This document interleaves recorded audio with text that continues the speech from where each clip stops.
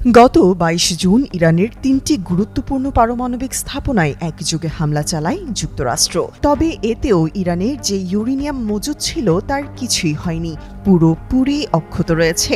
মার্কিন সংবাদ মাধ্যম নিউ ইয়র্ক টাইমস এক জ্যেষ্ঠ ইসরায়েলি কর্মকর্তার বরাত দিয়ে এই চাঞ্চল্যকর তথ্য জানিয়েছে। সেই সময় পরমাণু স্থাপনা ধ্বংস করতে ৩০,০০০ পাউন্ডের ১৪টি বাংকার বাস্টার বোমা ফেলে যুক্তরাষ্ট্র।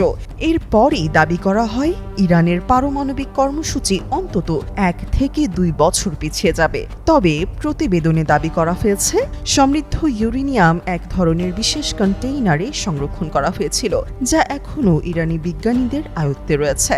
ধারণা করা হচ্ছে এই সমৃদ্ধ ইউরেনিয়াম ব্যবহার করেই তেহরান পারমাণবিক বোমা তৈরি করতে সক্ষম।